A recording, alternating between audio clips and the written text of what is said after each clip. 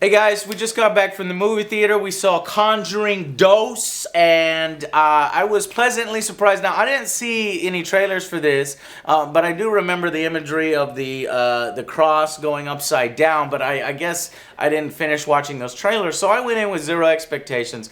Came out, surprised and happy, and I thought you get a lot of horror for your money, and Conjuring 1 was good. I rewatched Conjuring 1 recently before we went to see this, just to give me some context and to refresh me. And The Conjuring didn't hold up quite as well upon first viewing, and plus we were in that theater that had like 7.15 surround sound or whatever it was, and so Conjuring was really good. I think it didn't hold up quite as well, but I think it was still a great film. This one was better. Conjuring 2 was better. Angerbeard, did you see the first film? Yeah, I actually didn't like the first one. Get out of here! I wasn't Interesting. A fan. I really wasn't a fan. It does have high ratings on IMDb. It has, Rotten Tomatoes and all that. The first one. It just didn't get me. Yeah. I just wasn't drawn into it. Like, they showed the ghost way too soon, and it made me think of just a crazy person jumping at a person rather than being a ghost. So it wasn't very scary for me. But this one, I actually had a lot of fun with. Yeah, This one I actually really enjoyed. I thought it was cool, but just like the previous one, this one doesn't fuck around. It goes right into it, which kind of led. I mean, when I say go right into it, you're seeing horror scenes, you're seeing the actual scares. It doesn't do this huge build. It gets right into it. I think the opening of this film was very, very strong. It pissed me off. Why? Right from the get-go. What do you get? A fucking Ouija board. Oh, How many times do I have to tell you? Stop fucking around with those. I'm not saying that open up this demon thing. I don't think it started with that. No, but I knew Joe was gonna bring this up. I was like, come on. Here's the thing. Why would you fucking do that? Here's the thing. The Ouija board didn't do jack shit in this film. You don't know that? No, I do know that 100%. It probably was moving stuff whenever they're sleeping. Maybe some different spirits wanted to jump in this film. Don't fuck around with that shit. Yeah. Joe's Kryptonite, Ouija boards. So it started with a good opening, and basically The Conjuring 2, as well as The Conjuring, does this delicate balance of telling you the story of Ed and Lorraine Warren, who are real life paranormal investigators. A lot of people say they're full of shit, and this movie, obviously says they're not full of shit, and this is real. This is all based on a true story and stuff. And you know what? I don't care if they are charlatans and they're full of shit, because for this movie series, Conjuring 1 and now 2, it's been incredibly fun and entertaining, jumping into their world as if it was real, as if all this stuff does legitimately happen.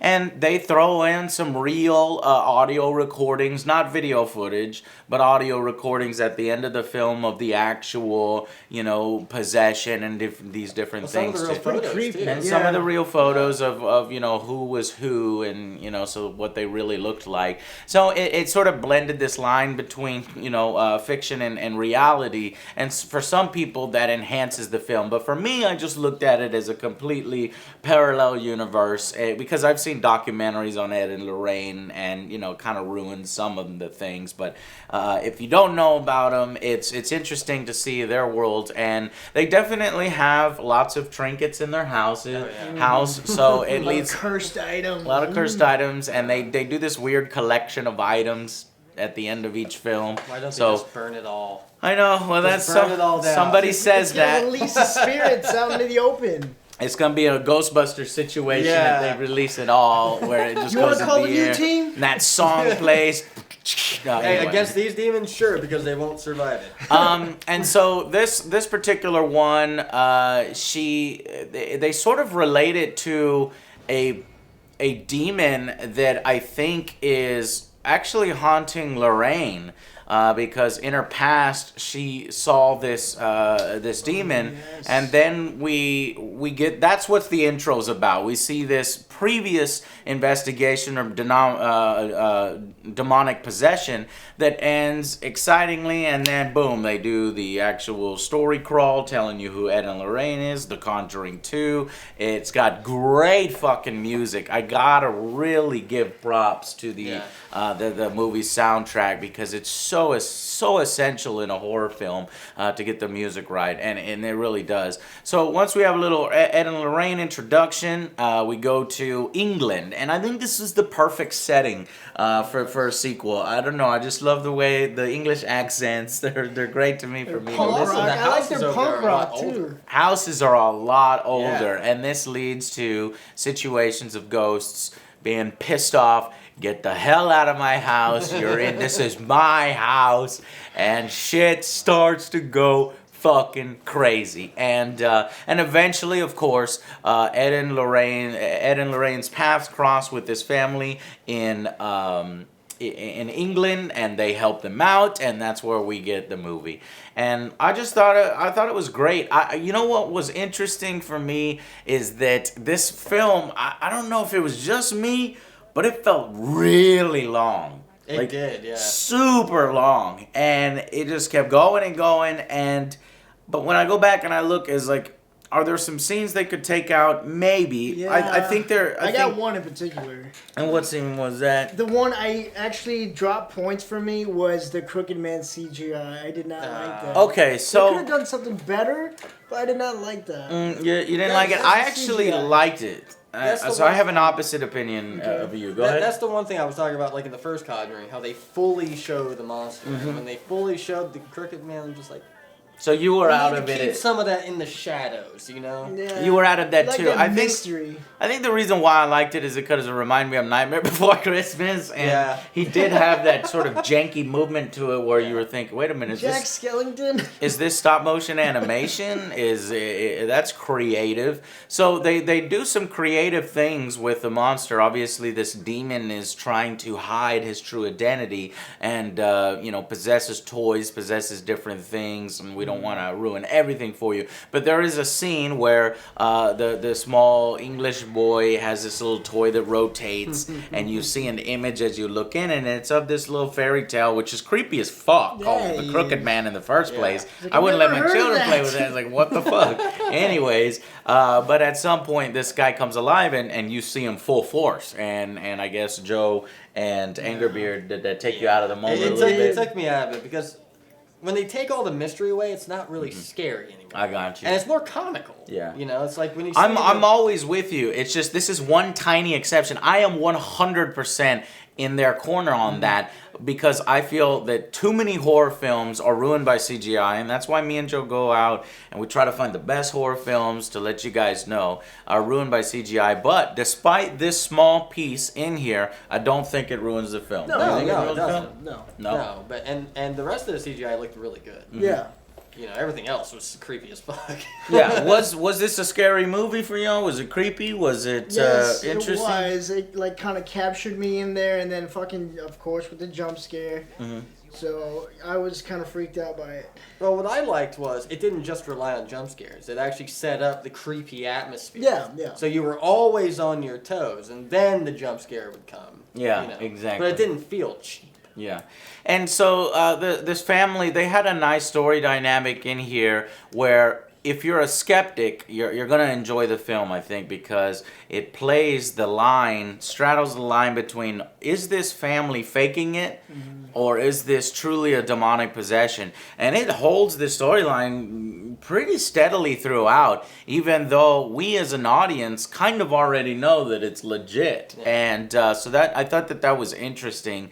That they kept that going for so long, even though the audience already knew it was legit. We're just, seeing these people are going to leave, and the family themselves are going to be put in immense peril without any help because they were fooled by it being fake.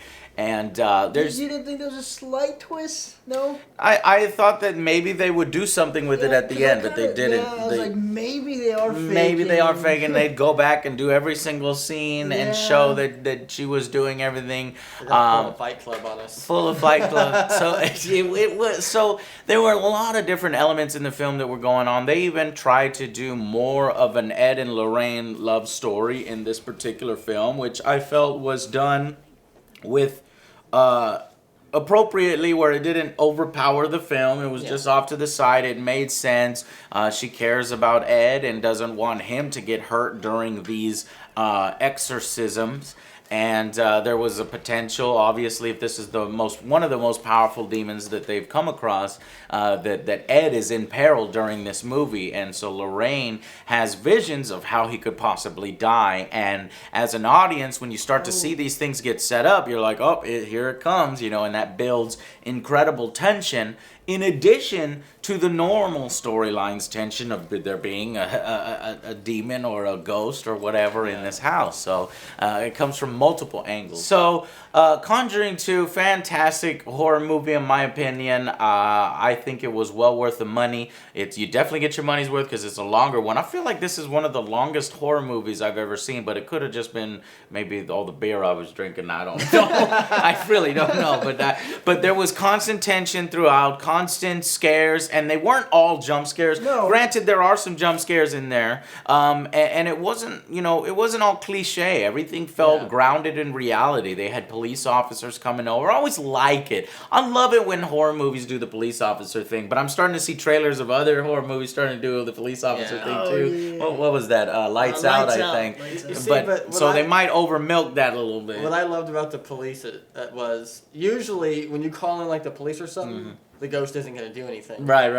It's set up no this one way. believes you. Perfect. Yeah. But this time, no. The ghost is like, "Hi, I'm here." Yeah, And it's they're set like, up. "Oh, shit." Set up in a perfect way where you're like, oh, we're gonna get the same old cliche shit, and you're whoa, Nobody's yeah, here. so good. House is clear. Bye. Good. Yeah, So no. I like how it trumps some cliches. Though there are like there were two notable cliches in there, but I felt that the movie had earned so much of my good graces and had involved me in the world so much that I didn't mind them too much. When he gives his crucifix, he's like, you take this. You're gonna need. But everything's over. You don't need it.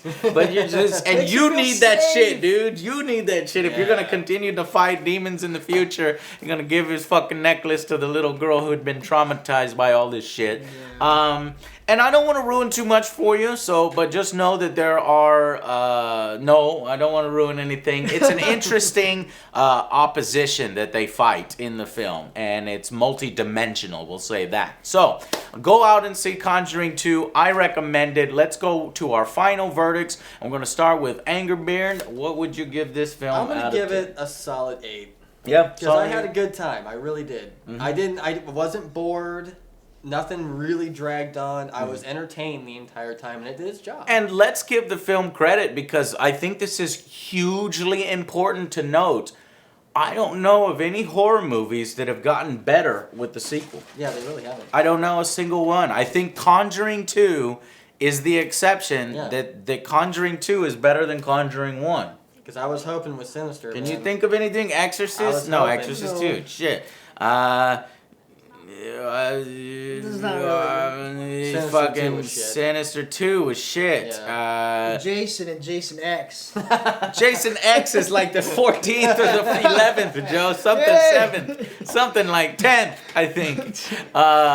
X, 10. I don't know. Anyways, Joe, what would you give the film out of 10?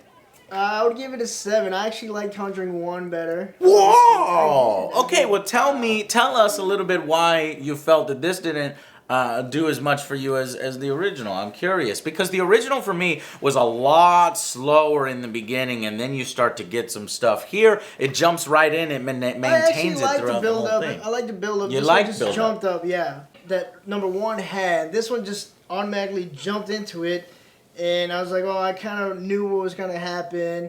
The CGI, like I said, knocked it down a couple points. That's right. The other one didn't use so much CGI, and I do like that. The original, I think the original had scarier individual heights. Yeah. And this one had just more of them. You know what I'm saying? So the original had higher heights, but this one had more. Yeah, this one and I kept appreciated more, and I appreciated the slightly more interesting story. I don't know what it was, but I thought that there was more at stake here because not only was the family at risk, but also Ed was at risk here. And the design Yeah. of the creature. Oh, yes. Awesome. fantastic design. Love It's the demons design. doing what demons do best. And what do demons do? They try to confuse you. And so just keep that in mind. No, this is way better than the first Joe. But what I was leading up to is I like that little bitch that comes off the fucking cabinet and jumps in. And I was like, it's like, what the See, that's the part Yeah. I didn't like. yeah, that was the part you didn't like from the Because first it's one. like, it I makes like it- that one. It makes it too human. She looked too human. No, she did not, No, man. no, She's up there. She like not. crazy bitch. Well, She's this got one a to me- messed up face, This and then one she goes. was too cartoony. This was too cartoony. That's Yeah. what knocked it down. Okay, well, so So, 7. And yeah. Conjuring